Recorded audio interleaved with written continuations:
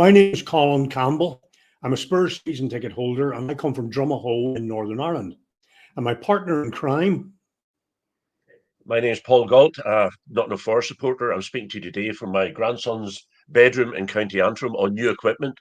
So I hope everything goes well for our third episode of Separated by Water.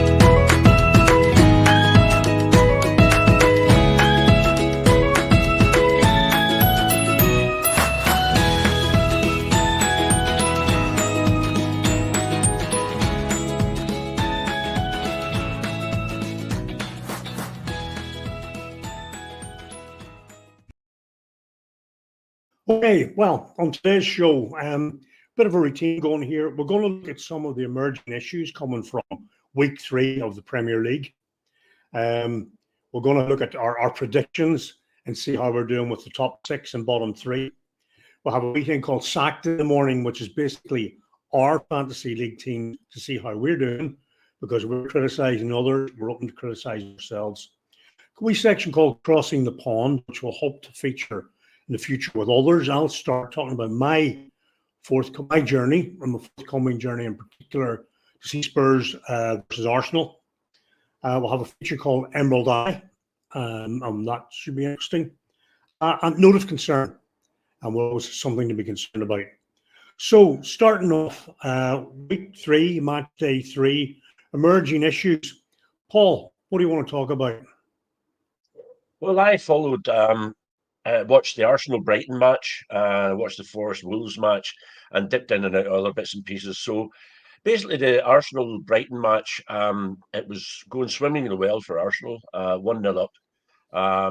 Declan Rice committed a second offence, tried to slow down play. It's debatable whether it was a free kick because the ball was moving. The ball was moving. Good referee. But, well, that's a Spurs supporter talking. The ball was moving. I personally don't think it should have been a free kick. But anyway, it was his second offence. I don't know when these Premiership players are going to learn to stop trying to stop play and playing these silly games. Ultimately, I think it cost them their game. It also means that, for your benefit, Declan Rice won't play in the North London Derby after the international break. We'll talk about the international break a wee bit more later on. So I think it lost them the game. It now gives Liverpool the momentum to stay up there beside Man City. They've dropped 2 points there that I feel they could have got if it hadn't been for the actions of Declan Rice. He's going to be missing from the Derby. How do you feel? Does that affect you? Do you rate him? Do you rate him? I mean, I rate him. I'm not sure that he's £100 million. Who on earth is? Arsenal fans noted that in the 2-2 draw last season at the Emirates, it was only after he was substituted that Spurs came more to the fore. I don't know. I'm glad he's not playing against us on Sunday week. Let me put it that way. Yeah. So you do rate him in some level. I rate him. I'm not sure where I stand on him. Not. No, I haven't seen him at West Ham. I don't think it's a job he does and a good job. He doesn't beat 11 players in the field and stick in the net, but the job he does is very, very good at. And I am quietly pleased that he will not be featuring in the North London Derby on Sunday week. Yeah. Okay. Forest, an inevitability of everything again. Once again, we got off to a great start, 1-0 up. I think it was 30 seconds later we conceded a goal and controlled all of the game. We literally controlled the whole game. Following on from the deadline, the transfer deadline, we've made some great signings. Jota Silva, I don't know if you've seen anything of him. I think he's a very exciting prospect for the future. For the Premiership, probably we won't keep him any more than 1 or 2 years. I think he's going to be an amazing prospect. Elliot Anderson, I have to confess, I knew nothing about Elliot Anderson while he was at Newcastle. I don't know why. He's just one of them players that passed me by. I knew nothing about him. But my God, he is fitting in very well in Nottingham Forest, and he's controlling that pitch. I don't see him dropping his space anytime soon. Happy. We'll look at the league now in a minute or two. I'm happy that after 3 games, we've got 5 points. Five valuable points. This time last year, after 3 games, we had no points. Some might say with 3 easy games to start us off, but there were 3 games that we vitally had to get points on the board to keep us there. I never thought I'd be saying we're above Spurs, and I don't say that in a mean way, Colin. I never thought we'd be above Chelsea. I never thought we'd be above Man United. And it's just, I don't know. It's the next 3 games will be more telling. Next game we have is against Liverpool. After what they've done to Man United, I'm not sure what they're going to do to us, but we'll wait and see. We'll wait and see. Yourself, did you take in any matches? Yeah, I did. A couple of things I want to talk about. Not so much the ebb and flow of the games, just to talk about emerging issues. One that brings me no pleasure at all is what's happening to Everton. I heard they were 2-0 up. Thought, okay, they're going to get some points on the board. I couldn't believe it. Whenever the final score came through to me, I'm Everton, as I said last week, Everton are one of the old teams. They've had no luck, in my opinion. Everything that could go wrong has gone wrong, and I don't see a way out of this. There's no transfer market. I think Sean Dyche has given the appearance of someone who's not really sure what to do, because I think he has very few options. And I would be sad to say I take no pleasure in what's happening to them. That's one thing, but that emerging issue is, I think, that Everton are in for a long fight and in a worse position than they've been in previous seasons when they were fighting relegation. From my own point of view, Spurs, Man United, and Arsenal, maybe same old already. From my own team, I could have written script. And we're 4 points from 9, one fewer than you. Yeah, I'll just put it up there. I'll just put it up the top. I'll just put it up the top. I'll have them there.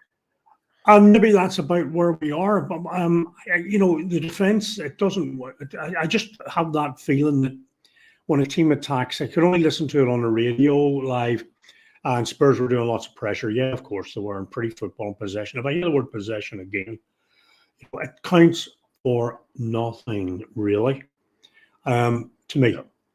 And then all of a sudden a breakaway and Newcastle score. Oh God, right, okay. United, I don't know. I have many. Obviously, most of us have massive friends who are United fans. They seem to feel a little bit like me, a little bit fatalistic. I saw some of that performance. I don't think it was good at all, sadly. Liverpool and City looked like they'll be disappearing over the hill, far away. Arsenal dropped 2 points. They dropped 2 points they really needed to get. And the North London derby in a week and a half's time already has an added significance for both teams. If Spurs lose, that's 4 from 12. That's not good. Look at the table, If they win and Arsenal lose, that's not good for them, because they could potentially be 5 points behind the top 2. If they draw, that doesn't either of them any good, and that's probably the result we'll get. Okay. It is refreshing. Can I just say there? Yeah. Can I just say, I'm looking at the bottom of the league there, and there's a few surprise teams there. Man United being one, considering the money they spent these last 3 years. I did say, I think it was last episode or the episode before, that I do think that his position is going to be under pressure. I don't think Sean Dyche. I think Everton will stick with Sean Dyche because of the condition the club's in, the new stadium, the takeover is not going through, or maybe it will. Who knows? So there's 2 that surprise me. Everton doesn't surprise me, but Man United surprised me there. Crystal Palace, always a top 10 club. Now I know we're only 3 games in. That anything can change. But then you go to the top, and you look. Well, you're really bringing us nicely into our predictions here, because when you look at the top, go ahead. No, well, I just look. I see Bournemouth, Nottingham Forest, Brentford.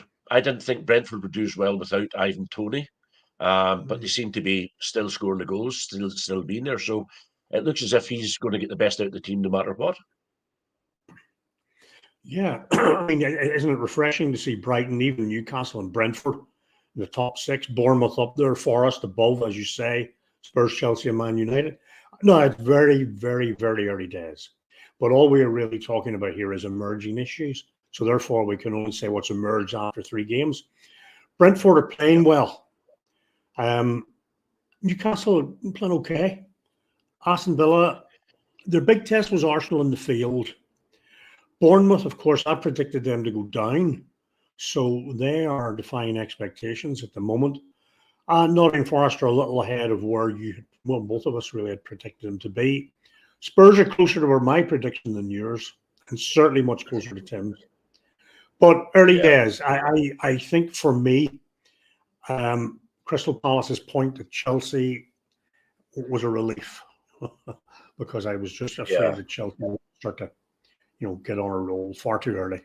They probably will, Colin. And talking about Newcastle there, we had Newcastle in the cup in the middle of the week on Wednesday past, and if it had been a Premiership game, it would have finished a point each. It was a draw at full time. We lost in penalties. Don't want to go into the penalties. The good thing for me is we brought on. They played their top 11 more or less. We dropped 9 players or 10 players and played our new players, and we got to see what they can do, and there's great promise there. But Newcastle, I thought they were okay, better than they were last year possibly, but I don't think they've the depth and strength in their bench. I just don't think they have it there. Okay, Newcastle were at Wembley 2 seasons ago and loved it. Like Spurs, they value Spurs should value the cups. I think they would like to be back again. I see them taking the League Cup, the Carroll Cup, seriously. I hope Spurs do also. But our predictions are probably running pretty close to home. We've got City, Liverpool, Arsenal in the top 4. My Man United predictions looking a bit precarious. But as we've said, there's time. There's time. Plenty will emerge between now and the last kick of the ball. Okay, which takes us to our own situation. We've been able to give opinions on the Premiership, managers, players, and officials, if you will. Takes us to our bit sacked in the morning. How are we doing in our own fantasy league? Well, just looking at the graphics not so as big as the Premiership table to look at. But our guest last week, Tim Houston, has went out in front by a considerable distance. This is my first year, as I said. I've done Fantasy Premier League. I got caught very badly because Ivan Toney was in as my striker for the first 2 weeks and he never played. So I've been caught. You missed the first week, joined the league later on. But there are, there's everybody, Haaland. Anybody who's got Haaland or Salah seems to be doing well, seems to be getting the points. This man's not scoring goals for fun. He's scoring hat-tricks for fun at this stage. I can't see either of us you'll there. see our names now down at the bottom. Sorry? I just see you. Oh, look. Yeah. Right. Well, yeah. So well, you're getting your excuses in already. You're getting your excuses in already. What I'll say is I've gone. I excuses in. I don't reckon I'm going. I've remained in the same place as I was last week, but we've various teams. Beanie has disappeared down. McGill, Stephen has shot up a bit. Anyway, a lot of local competition to talk about there. The guys are all talking about whatever they're slagging one another. So anyway, it'll be interesting to see. I clearly am never going to be a football manager anyway. No, well, I would rate us both as probably a little bit under pressure. Well, no contract extension and will not be sacked yet, early days, but we'll see how we go. Okay, so that's Fantasy League. We need to do better. Okay, next section I have is a little bit called My Journey Across the Pond. As you said, we want to be of particular interest to people in Ireland, North and South who go over or to follow teams in England, most likely the Premiership. I'm going over on Sunday week to see Spurs play Arsenal. As you've already heard me say, I'm a season ticket holder. Am I looking forward to it? I'm not sure. Anyway, what's the journey like? Who are you playing again? Sorry, who are you playing? We play Arsenal. Who are you playing? Sorry for interrupting you. Arsenal, oh right. Yeah, on Sunday week. And so I need to be at the Belfast City Airport for about 5 o'clock, no later. It's about an hour and a half's journey down from Drumahoe. So I'm up about 3:15, get 7 o'clock plane to Gatwick. From Gatwick to London Victoria Station, then up to the ground. We leave our bags there and then go to our hotel, the Kip in Camden. It's not a Kip, it's actually more about sleep than a Dawes House. Very, very good. Run by a group of French students. It's clean, nice bed, TV, Wi-Fi, and that's probably all we want. And coffee. And then back at 12, 10 past 12 actually on Monday. So yeah, it's not bad. It's tiring, I can tell you. At my age, it is tiring. There are a few drinks consumed, a few kebabs are probably consumed, and then really a lot of it depends on the result. For our own protection, emotional protection, we're always trying to maybe have something else that we're doing, particularly if the kickoff is a bit earlier that evening, that we can kind of look forward to, if all else fails. 3 years ago, we had a great result on the Wednesday and Thursday night, 3-0, and which ultimately qualified for the Champions League. Following season, we were beaten 2-0 when I spent a Sunday evening bored, unhappy, hungover in London in empty bars, and it was terrible. We don't want to do that again. Are we valued over at the club? Yeah, I think so. I have a very good deal on my season ticket, and they do help out when we can't go, getting them sold on. So 10 out of 10 for all that. The locals, Spurs Ground being where it is, the locals are very friendly, glad to see us. We've built up a network of fans and friends, so we'll like it all. What I will do when we're away is I'll do a short video presentation to give you a feel for it. And what I would like you to do, any of you out there who do travel, call us, let us know what your experiences have been. I mean, one thing I think is a real pain in the neck is the sky scheduling, because it prevents you booking hotels and flights until nearer the match than we prefer, because it could move from a Saturday afternoon to God knows when, Friday night, Monday night, Saturday morning, Sunday, and it makes a world of difference. Okay, apart from that, in a week and a half's time, I hopefully will be showing a video with my smiling face. Who knows? If you even just Okay. setting off in the dark, dreary morning, showing us what you go through on the way, just to leaving now at the airport, will do. visit the airport, etc. Yeah. Yeah, I mean, the roads are empty largely, which is handy, and there are no speed cameras, hopefully, which is handy. And the car parking facilities are expensive in the airports, but they're quite good, and usually they recognise the number plating straight through. There's no moving about, not carrying too much luggage. Yeah, but it's a long couple of days, and really need to be getting sense of something out of it. Okay, Emerald Eye. Yeah, thank you. Moving on to Emerald Eye, really only could be one person, I think. Johnny Evans, Northern Ireland International, Manchester United, stalwart. He's decided to call time on his NI career, probably sad about that. I think he'd be irreplaceable, but I think we all understand, and he may be able to, extend his club career for another while. He started at Man U. He went to Royal Antwerp, the feeder club to United at that time.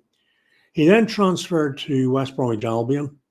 They went down. He moved to Leicester and did very well with them, won the FA Cup. And then when they went down, he seems to take teams down, back to United, and he's done okay. When he first joined United, he was substitute for Gerard Piqué, who was the Barcelona hero. And I mention that because he's of a status and a standard that I don't think United have at the minute. But good luck for the future, Johnny. We're very grateful for everything you've done. Nice guys can be heroes, and I think he's both of those. Okay. Yeah. I was just looking at that off the back of that. He was an academy player with Man United, and I'd done a wee bit of digging, and I stand to be corrected. And if anybody knows any different, I can, as far as I can see, there's no Northern Irish or Irish players in the Man United makeup, and that's a very strange thing, because there always was a Northern Ireland connection with Man United, and there's nobody there. We have a comment. I'll just show you there. Jack Neal, Johnny Evans, GAWA legend. I don't know what GAWA stands for. Green and White Army. Green and White Army. All right. Yeah. Okay, for the You've been in Northern Cork Irish. too long. Yeah, no doubt about it. And it'd be a sad loss. He's also left. He's been released by Man United as well. I don't know. Is he playing somewhere else?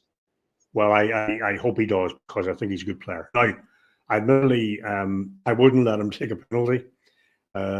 He was probably humorously referred to by some United fans as Johnny Heavens after his kick over the bar in the Community Shield, but we'll forgive him for that.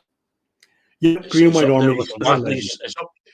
It's up there with the Wanley's from Wednesday night. I think it's still in the air. It hasn't landed, or the closest it's going to land is Rose Ed. Okay, note of concern.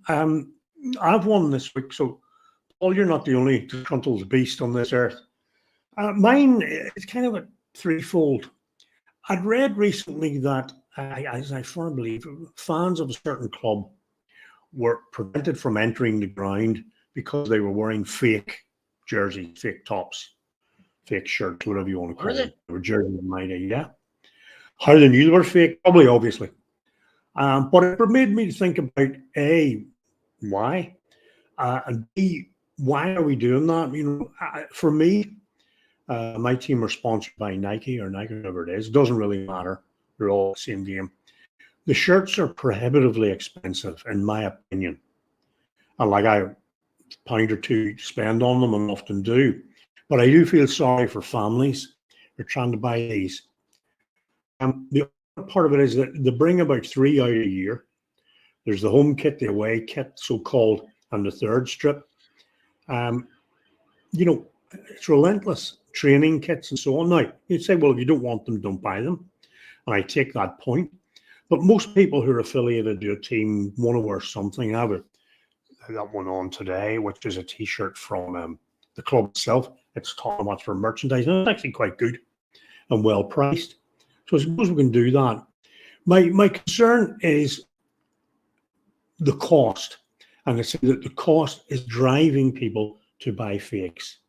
So don't be blaming them. They want to have the team colours on, but it may be very difficult for them to spend £80, whatever it is, on a jersey, particularly if they're trying to cater for a family. I know the fake industry is immense, and I do admit to having 1 or 2 of them myself. Bought one in Hong Kong a lot of years ago, and it was Spurs had just gone from Under Armour to Nike. They had a wall-to-wall Under Armour kit, so I asked him about the Nike one. He looked at me. All of a sudden, the light bulb went on. He went and got a large box, ripped it open with like a samurai sword, and out fell these light blue Tottenham Hotspur fake Nike kits. I said, new kit. So, of course, I bought one. I bought shorts, which I've never worn, thankfully. But so I've fallen into that too. Are they as good as the real thing? Absolutely not. They're not. They wash out. The colours aren't the same. And they are, they're discerning. I can certainly tell what they are. I think we're being driven that way. So what's my solution? There are 2, possibly. One would be reduce the price to closer to what people feel they can afford. Never going to happen. The other one might be to only bring 1 new kit out per year. So year 1, it's a home strip. Year 2, an away strip. Year 3, the third strip, if you wish. So people can, kind of keep up. I mean, the changes in the jerseys nowadays are so minimal anyway. So that's my concern for today. Thank you. Okay, well, what I might do for next week is just put up a list of the cost of each Premiership jersey and see who are the most expensive, and do a bit of research on that. Just on the jerseys, whenever you were chatting about planning what we were doing, I looked at it. I was watching the games over the weekend, and you know that there's 10 of the teams have betting companies on the front of their shirts. And then I didn't realise, but I understand that there's a ban coming out that this is the penultimate year that they're going to have that. Next year, it's gone. So my curiosity is who's going to fill them spots? Because Forest, the first year they come up, didn't have a sponsor on the front of their shirt. I think that they didn't really want to go with a gambling company. They ended up they did, but it's Yeah. I just worry. You know, it's like the Formula One where they took alcohol and took tobacco off Well, that's what's uh, happening. the No. yeah. So that's got to be put off as well. Well, the thing is, and I'm not. It sounds like I'm making a value judgment. I'm trying not to. I think the tobacco advertising was removed across the board. And snooker suffered quite a lot from that. And then alcohol, I think, is gone. I can't remember. Well, Spurs were Holston for a long time.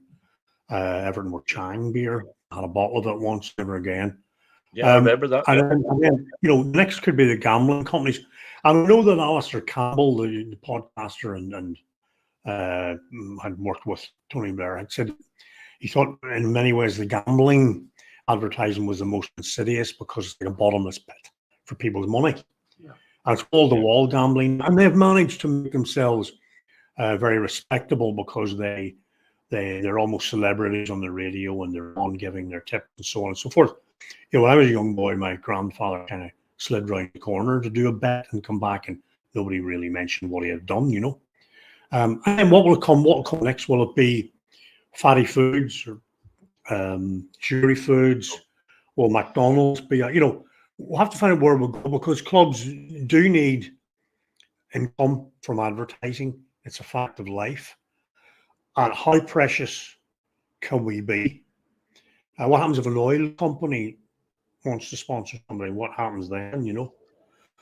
So yeah, it's food for thought, Paul. It's a can of worms. It's a can of worms. Yeah, we'll see where we'll go. With another comment there, Colin, to just put it up on the screen, if that's okay. Yeah. Jack tells us that the Manchester United authentic kit is £110 for the top. Wow. I think the Forest, I'll stand corrected. I'll stand corrected this, and I think that the Nottingham Forest one is 75, 70. I don't think it's any more than 80. But that's Forest here. Who are they? Adidas. We've done a deal with Adidas the second season up in the Premiership. We went with Adidas. Right. Okay. They're the big one. Adidas and Nike and Puma do Man City and a few others. Yeah. They're probably all. It's like a cartel. They're probably in around the same price range, And then I even saw in the Spurs one the kit for men, and then the elite jersey, whatever the hell that is. It's dearer. It's certainly dearer. Yeah. Probably better quality or sticks to the body, but I don't really know. But anyway, yeah, we'll maybe look into that. So really, Colin, can I just say there that yes, can I just say there that thank you for the comments from Jack. Anybody who's listening, please stick your comments up. We'll talk about them as we're going along. Please subscribe to the channel, like and share it, and tell your friends about it. And bit by bit, we were up to 5 years there at one stage. I know it's not massive, but we're only doing this for our third episode. I hope you're enjoying it. We certainly enjoy your company. And yeah, onwards and upwards. And please send us in your comments, negative or positive. Send them into us. So back over to you, Colin. Yeah. Okay. Well, really, we're going to do a podcast this week, despite it being international break. Gives you an opportunity to talk about your Forest player while it gets on. Any other issues that emerge, and we'll probably preview week ahead. Most people are sorry, like anyone I know. I love the international tournaments, but I really hate the international break weekends. That's just me. So we'll get our way through them, and hopefully we'll see you all next Tuesday for separate. Can I just say before we go, Colin? Can I just say before we go, this is the first time that I've went into an international break in 27 years. The last international we had for Nottingham Forest was Stuart Pearce. So I will be looking at it. I totally agree with you. International break comes up, and I'm like, no, I want to keep on going with the Premiership. It's good. I want to keep it going. So 27 years. Morgan Gibbs-White. Maybe if Gareth Southgate had the braveness to pick him, maybe they'd have won the Euros. I don't know. I don't know how he's going to fit in. Obviously. If he has half the impact Stuart Pearce had, if he had half the impact Stuart Pearce had, he will be somewhere. Yeah. Okay, well, thanks for that. I just wanted to say that before we go. Sure, no, glad you did. Well, I think that's everything we wanted to covered. And I'll see you next week prior to the North London Derby, so I might still be in decent form. Okay, thank you very much. Stick together. Thanks for everybody for listening in, and send us your comments, even outside the episode, and we'll talk about them next week. Thank you very much for watching.